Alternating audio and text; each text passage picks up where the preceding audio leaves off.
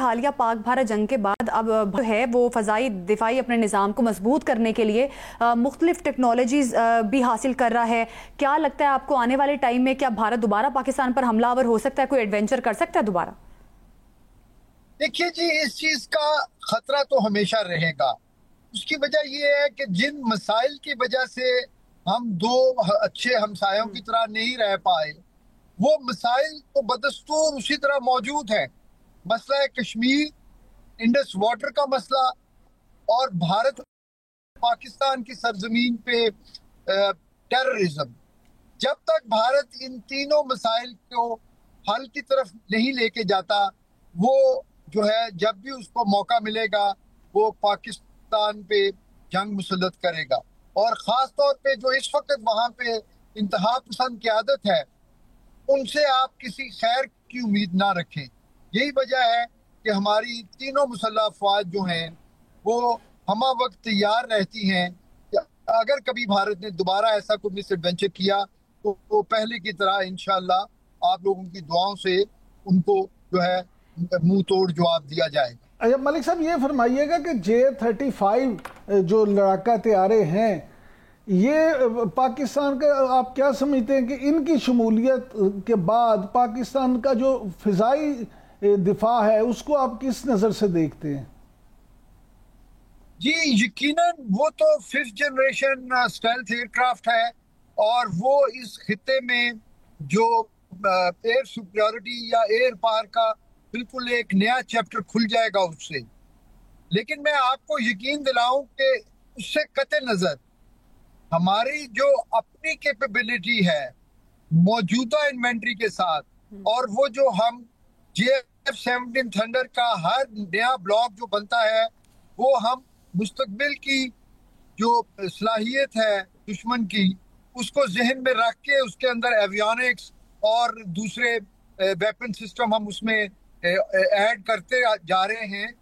तो इसमें इंशाअल्लाह ताला अगर J-35 हमारे पास होते हैं वो तो एक बहुत अच्छी बात है इंशाअल्लाह, जिसके लिए बातचीत जो है वो चल रही है।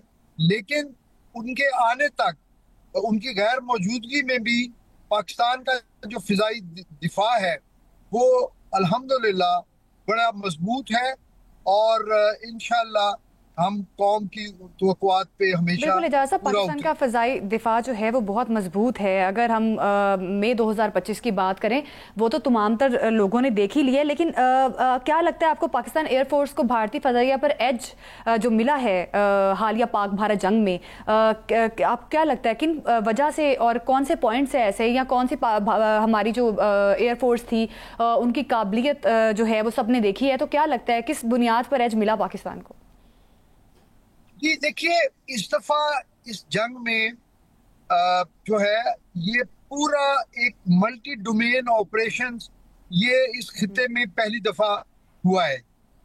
बल्कि अगर मैं ये कहूँ कि 1990 के बाद जो मॉडर्न एयर पावर एप्लीकेशन है उसमें सबसे इंटेंस जो एयर एप्लीकेशन हुई है वो पहली दफा हुई है।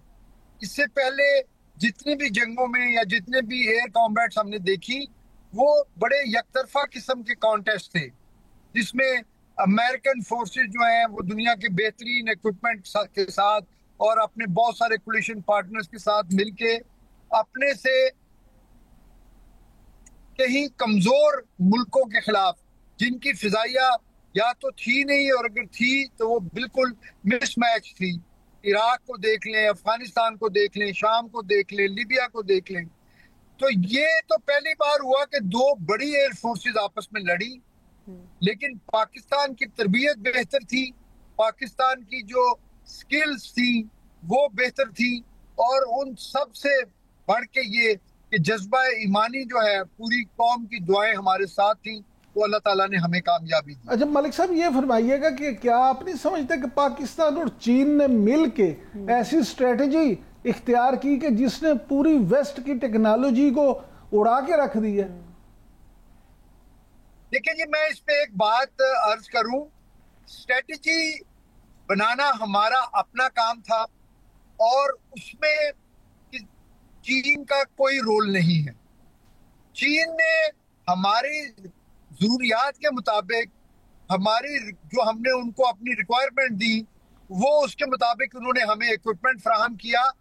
उस इक्विपमेंट को इस्तेमाल करने की स्ट्रेटजी और ऑपरेशंस को कंडक्ट कर जो किया गया वो मुकम्मल तौर पे पाक फिजाइया ने खुद किया।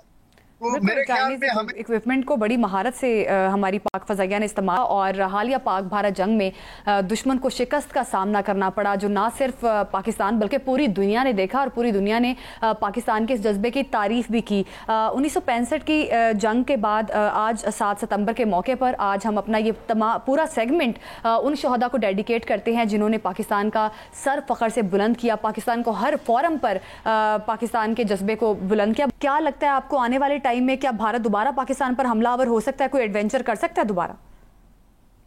देखिए जी, इस चीज का खतरा तो हमेशा रहेगा।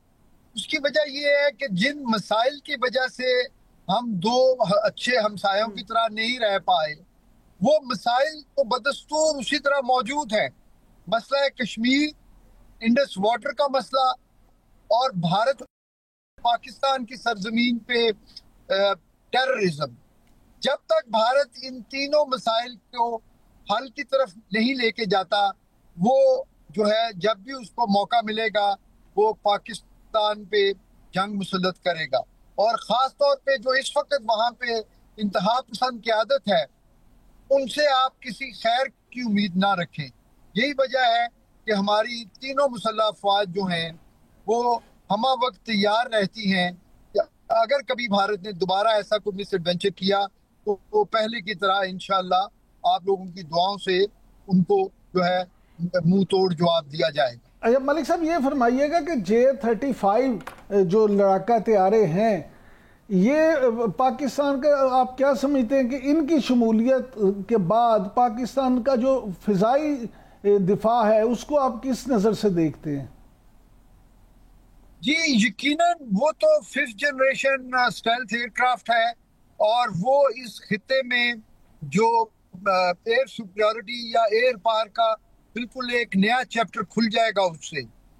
लेकिन मैं आपको यकीन दिलाऊं कि उससे कते नजर हमारी जो अपनी कैपेबिलिटी है मौजूदा इन्वेंट्री के साथ और वो जो हम JF-17 थंडर का हर नया ब्लॉक जो बनता है वो हम मुस्तकबिल की जो सलाहियत है दुश्मन की उसको जहन में रख के उसके अंदर एवियोनिक्स और दूसरे वेपन सिस्टम हम उसमें ऐड करते जा रहे हैं। तो इसमें इंशाअल्लाह ताला अगर J-35 हमारे पास होते हैं वो तो एक बहुत अच्छी बात है इंशाअल्लाह, जिसके लिए बातचीत जो है वो चल रही है। लेकिन उनके आने तक उनकी गैर मौजूदगी में भी पाकिस्तान का जो फिजाई दिफा है वो अल्हम्दुलिल्लाह बड़ा मजबूत है